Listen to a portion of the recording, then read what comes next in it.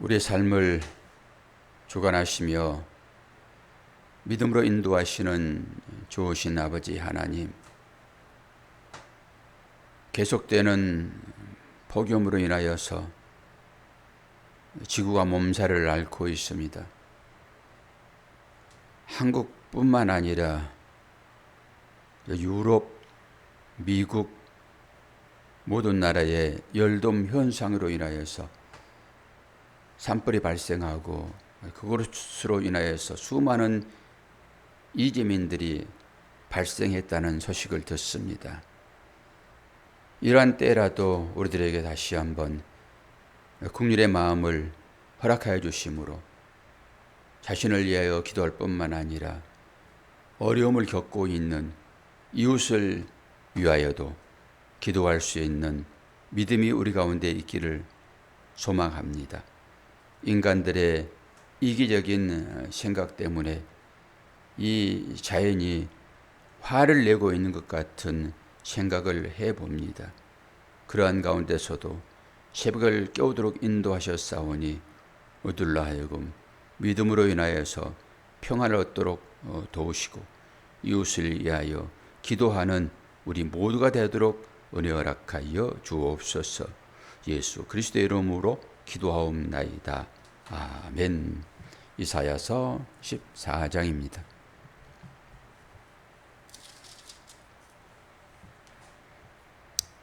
(15절까지만) 보겠습니다.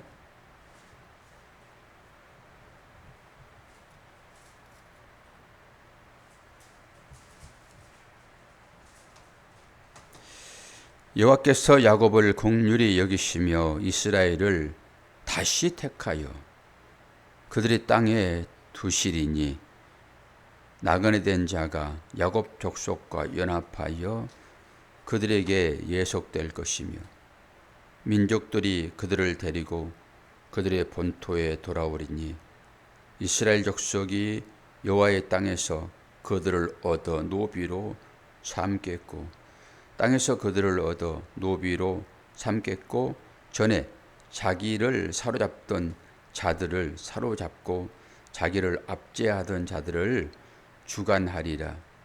여호와께서 너를 슬픔과 공고화 및 내가 수고하는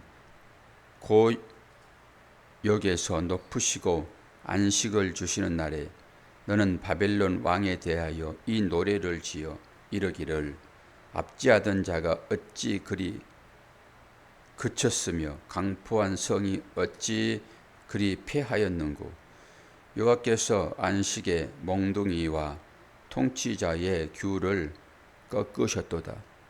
그들이 분내어 여러 민족을 치되 치기를 마지 아니하였고 노하여 열방을 억압하여도 그 억압을 막을 자 없었더니 이제는 온 땅이 조용하고 평온하니 무리가 소리 높여 노래하는도다.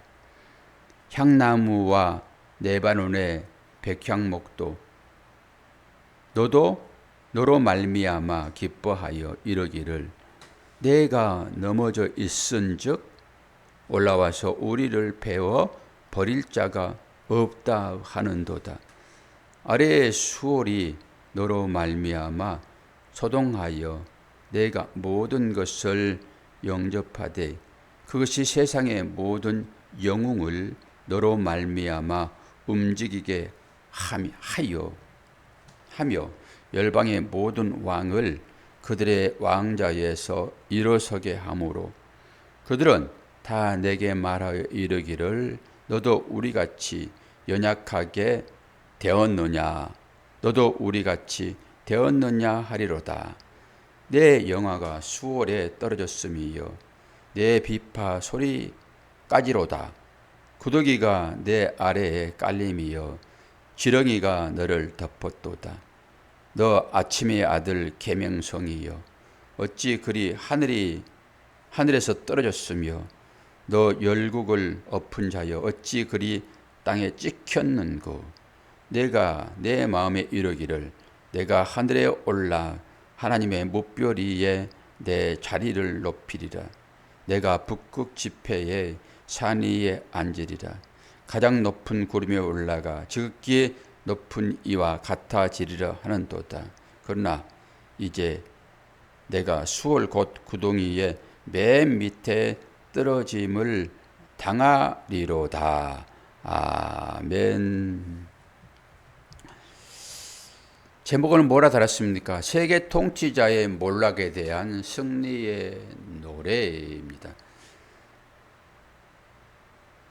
앞으로 이스라엘을 괴롭히던 바벨론이 하나님의 진노에 의해서 멸망하게 될 것이다. 그리고 그들을 괴롭혔던, 그래서 괴로웠던 그들이 승리의 노래를 부르리라. 반대편에 소망이 있는 것이죠. 저는 1절에서 2절 보고 이 가운데 구속의 은혜가 있구나 라고 생각을 했습니다. 어떤 거예요? 딱 이게 출애굽 때 일어난 일들이 반복되잖아요. 어제도 제2의 출애굽 이 바벨론이라고 말씀을 드렸잖아요. 뭐라고 얘기합니까? 1절에서 여호와께서 야곱을 긍휼히 여기시며 이스라엘을 다시 택하여, 다시라는 말이 중요하잖아요. 다시. 계속 하나님은 우리들을 다시 택하시고 다시 이끄시고 다시 세우시고 다시 믿음으로 일어서게 하십니다. 다시 택하여 그들의 땅에 두시리니 나그네 된 자가 야곱 족속과 연합하여 그들에게 예속될 것이며. 이게 무슨 말 같아요? 나그네 된 자가 야곱 족속과 연합한대요. 나그네는 누구입니까? 이방인이며 이방인. 하나님을 떠난 자들의 삶이죠. 이방인. 이방인들이 이스라엘, 야곱 족속 아닙니까? 그들과 연합한대요. 우리를 봐야 됩니다. 우리가 원래 이방인이었잖아요. 이스라엘과 연합됐지요. 돌감람나무인 우리가 참 감람나무에 접붙임 당한 거잖아요. 그러면서 2절에 민족들이 그들을 데리고 그들의 본토에 돌아오리니 이스라엘 족속이 여호와의 땅에서 그들을 얻어 노비로 삼겠고 전에 자기를 사로잡던 자들을 사로잡고 자기를 압제하던 자들을 주관하리라. 언론 보면은 되게 노비라고 그러니까 아이고 그거 노비 좋은가 이렇게 얘기할 수 있지만은 이스라엘 백성들이 출애굽할 때 같이 딸려온 자들이 있었어요. 그들과 똑같아요. 하나님은 이스라엘 백성들에게만 관심이 있다고요. 부름 받은 자들 아닙니까? 약속된 자들. 근데 그들이 움직일 때 왜 움직입니까? 하나님의 특별하신 선택에 의해서 움직이잖아요. 이리 가라 하면 이리 가고 저리 가라 하면 저리 가고. 애굽으로 집어넣었잖아요. 하나님께서 가뭄 때문에. 가뭄 때문에 들어간 거잖아요. 그게. 집어넣은 거지요. 미리 요셉을 거기에 장관으로 세우시고 그 가족들이 70명이 가잖아요. 하나님께서 이끄시는 거죠. 그쪽으로. 그러면서 기간이 차니까 끌어낼 때 자기 약속된 자녀를 끌어내는 거예요. 그때 따라온 자들이 있었잖아요. 그들을 노비로 삼지요. 똑같아요. 오늘 이 사실과. 그래서 이 바벨론이 출바벨론 제2의 출애굽이라고요. 똑같은 현상이잖아요. 그게 반복되죠. 사사기에서도 똑같이 반복돼서 하나님의 은혜가 우리한테 임하듯이. 그럼 이거 하나만 가지고 또 우리의 삶을 충분하게 들여다볼 수 있죠. 우리가 본래부터 하나님을 믿었습니까? 그러지 않았잖아요. 우리는 이방 신에 접촉되어 살았던 사람들이에요. 이방 신에. 아브라함처럼. 이방 신이 주는 것을 먹고 살았다고요. 우리가. 어떻게 우리가 약속된 자녀가 되었는지 신기할 따름입니다. 누구 때문이라고요? 야곱이요. 약속받은 자녀들 때문에 그들에 의해서 우리가 전도를 받았고 하나님의 자녀로 편입된 거잖아요. 이 사실이 1절과 2절이에요. 너무 감사하지요. 그 우상을 만들면서 그걸로 자기 생명을 유지했던 아브라함과 그 아버지, 그 가족들. 근데 하나님은 그들을 불러내시잖아요. 그것처럼 우리가 불러내어진 자들 되었다고. 이게 교회입니다. 에클레시아. 불러낸 자들. 이 1절, 2절이 딱 그렇게 이제 마음에 각인이 되는 거죠. 와, 그랬구나. 그러면 또 뭐예요? 어떤 생각을 해볼 수 있어요? 약속된 하나님의 자녀들이 물론 우상을 섬기고 선지자들의 말에 순종하지 아니하고 자기 마음대로 살았으므로 팔려가기는 했지만은 그 팔려감이 어떤 결과를 나타냈어요? 남겨진 자들이 되어 돌아오기는 하지만 그때 돌아온 자들이 자기만 돌아왔습니까? 누가 돌아왔어요? 함께 나그네된 자들이요. 그들이 그들과 함께 연합되잖아요. 그럼 그걸 생각해 볼 수 있죠, 우리가? 사도 바울이 복음을 전하다가 감옥에 갇히잖아요. 감옥에 갇혀가지고 어떤 일이 발생했습니까? 주 예수를 믿으라. 그리하면 너와 내 집이 구원을 얻으리라. 그 일이 일어났잖아요. 우리가 어떻게 해야 구원 얻을 수 있겠습니까? 누가 물어보죠? 간수장이요. 그럼 사도 바울이 감옥에 갇힌 이유는 하나밖에 없어요. 누구를 구원하려고요? 간수장의 가족이요. 그렇게 보는 거예요. 그래야 내가 감옥에 갇혀 있을지라도 하나님은 또 다른 뜻이 있겠지라고 생각을 하는 것입니다. 그리고 그 결과가 그 간수에게 모든 가족을 구원이 됐잖아요.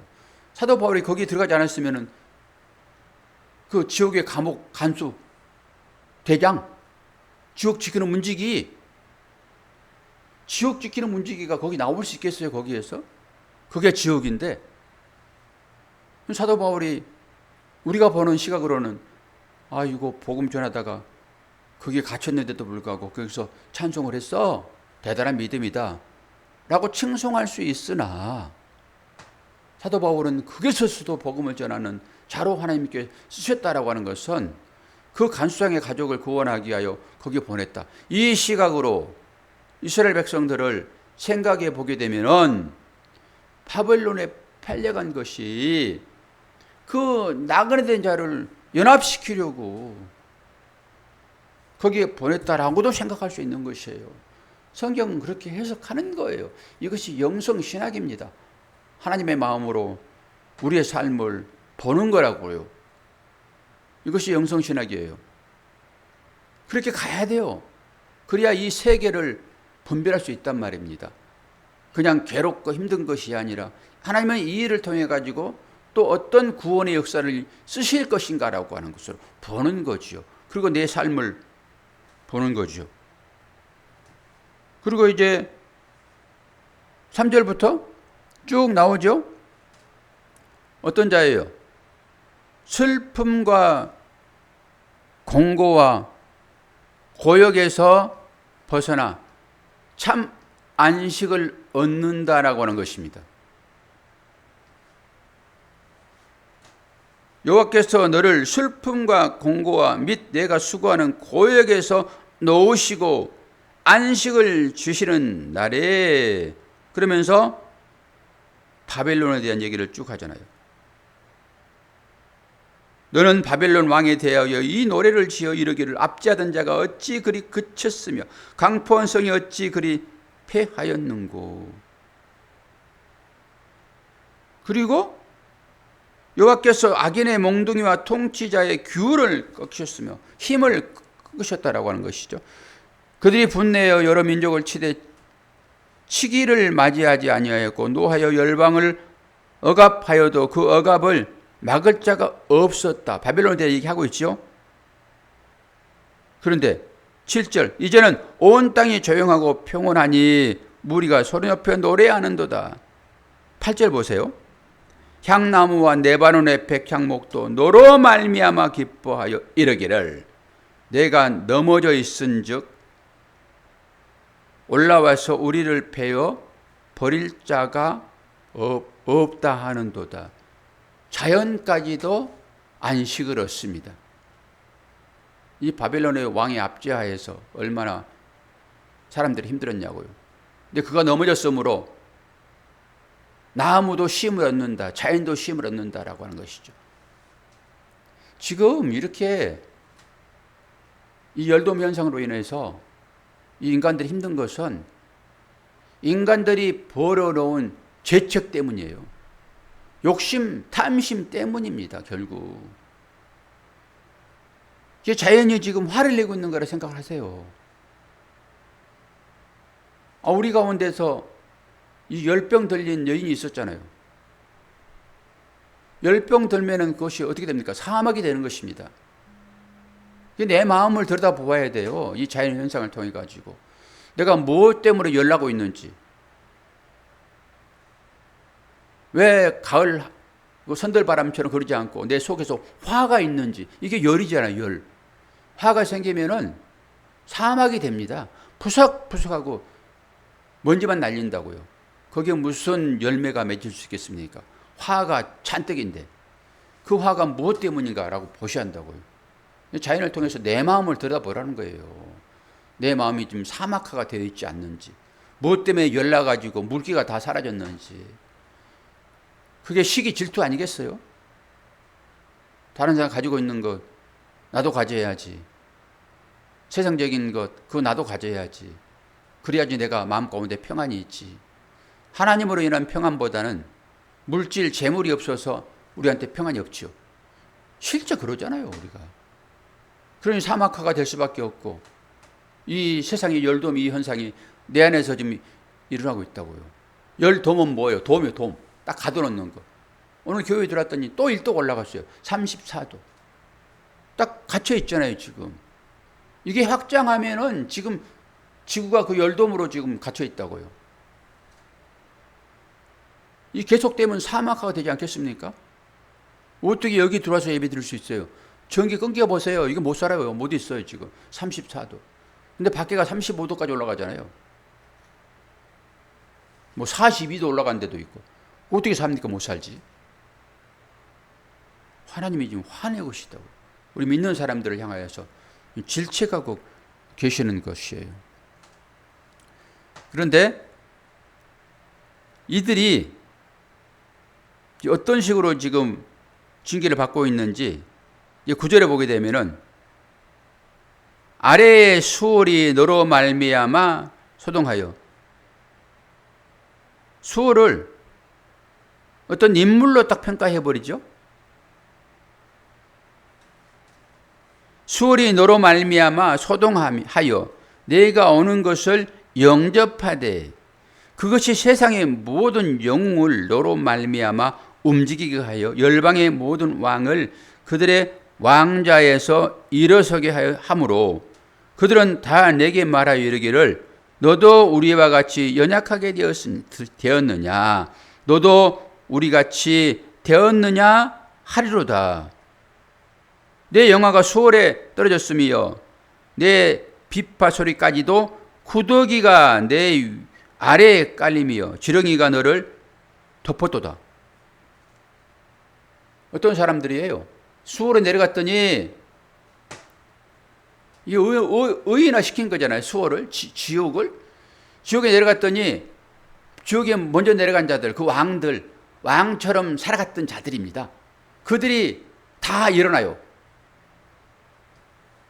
이 바벨론 왕이 하나님의 심판을 받아가지고 지옥에 내려갔는데 미리 내려간 자들, 그 왕처럼 살아간 자들이 전부 지옥에 간다라고 하는 거잖아요, 지금.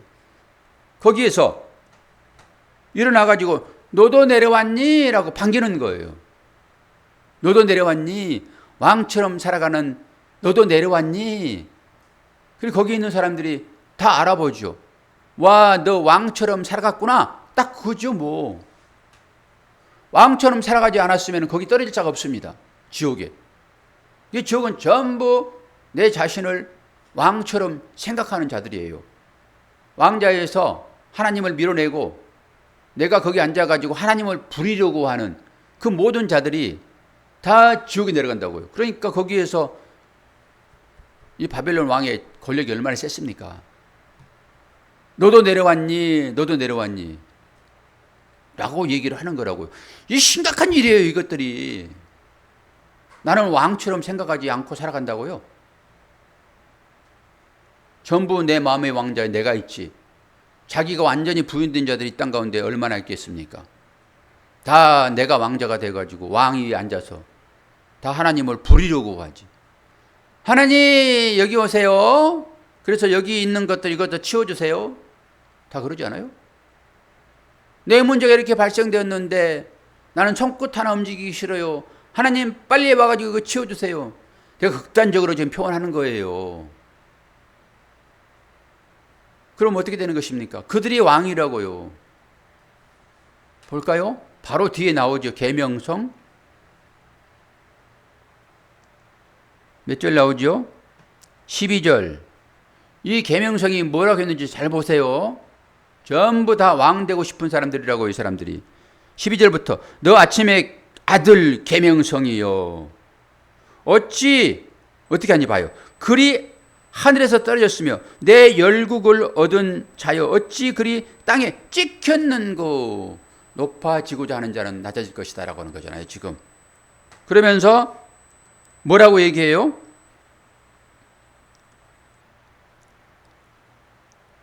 16절 자세히 보니까 이가 어떤 말을 하고 살았는지가 여기 나와요. 이 자신을 잘 보셔야 돼요. 여기서 너를 보는 이가 주목하여 너를 자세히 살펴보며 말하기를. 누가 살펴봤습니까? 하나님께서 살펴보았겠지요. 이 사람이 땅을 진동시키며 열국을 놀라게 하며 세계를 황무하게 하며 성읍을 파괴하며 그에게 사로잡힌 자들을 집으로 놓아 보내지 아니하던 자가 아니냐 하리로다. 열방의 모든 왕들은 모두 각각 자기 집에서 영광 중에 작업만은 오직 너는 자기 무덤에서 내쫓겼으니 가증한 나무가지 같고 칼에 찔려 돌 구덩이에 떨어진 죽음들에 둘러싸였으니 밟힌 시체와 같도다. 그러면서 이제 15절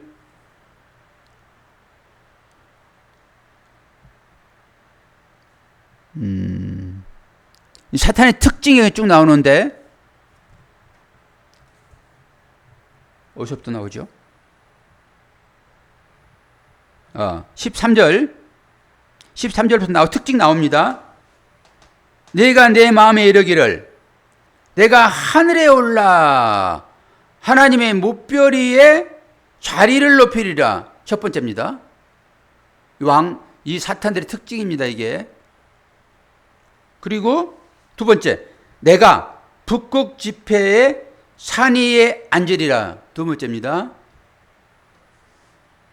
세 번째, 가장 높은 구름에 올라가 지극히 높은 이와 같아지리라. 이게 사탄들의 특징입니다.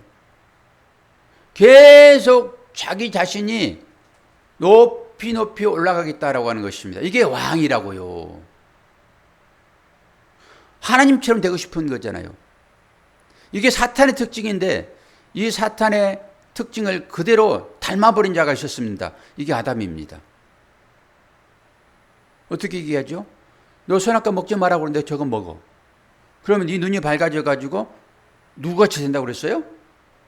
하나님처럼. 이 사단의 유혹, 이게 계명성이에요. 떨어지잖아요, 이게. 하늘에서. 이 어떤 자들이 떨어진다고요? 높이 올라가고자 하는 자.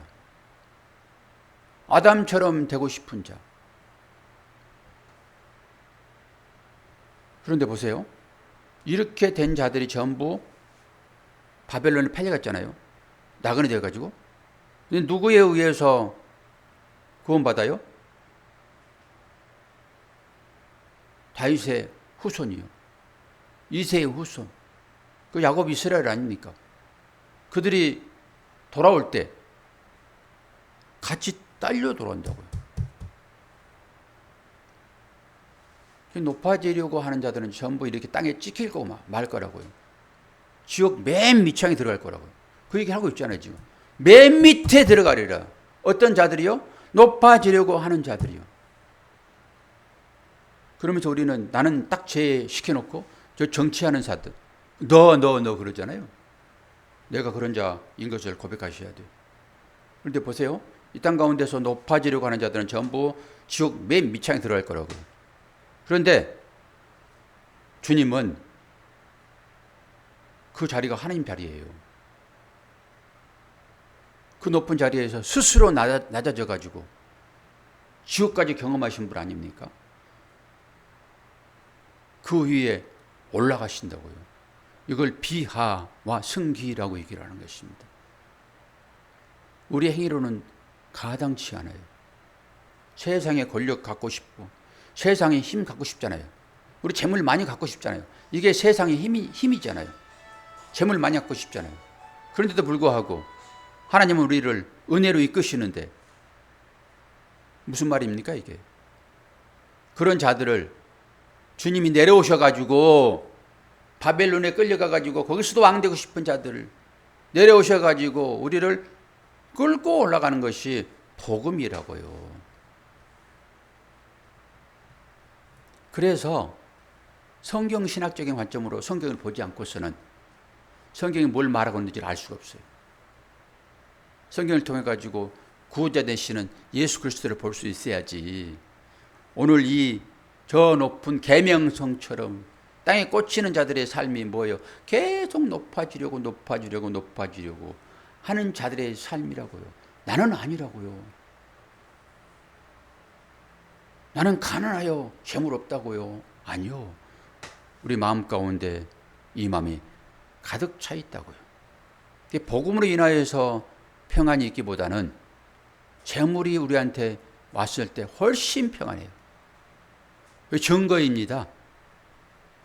내가 뭘 원하며 지금 살아가고 있는지, 내가 새벽 기도를 하는 것도 무엇을 인함인지를 한번 잘 살펴보시면서 어떻게 이런 나를 주님이 내려오셔가지고 바벨론에서 나올 때 딸려 나왔는가, 어떻게 나를 마지막 때에 주님이 호련히 나를 안고 영원한 한 나라로 나를 인도하실 것인가, 그렇게 이름이 쓰여져 있는 것이 어인 은혜인가, 잘 살아야 되겠네.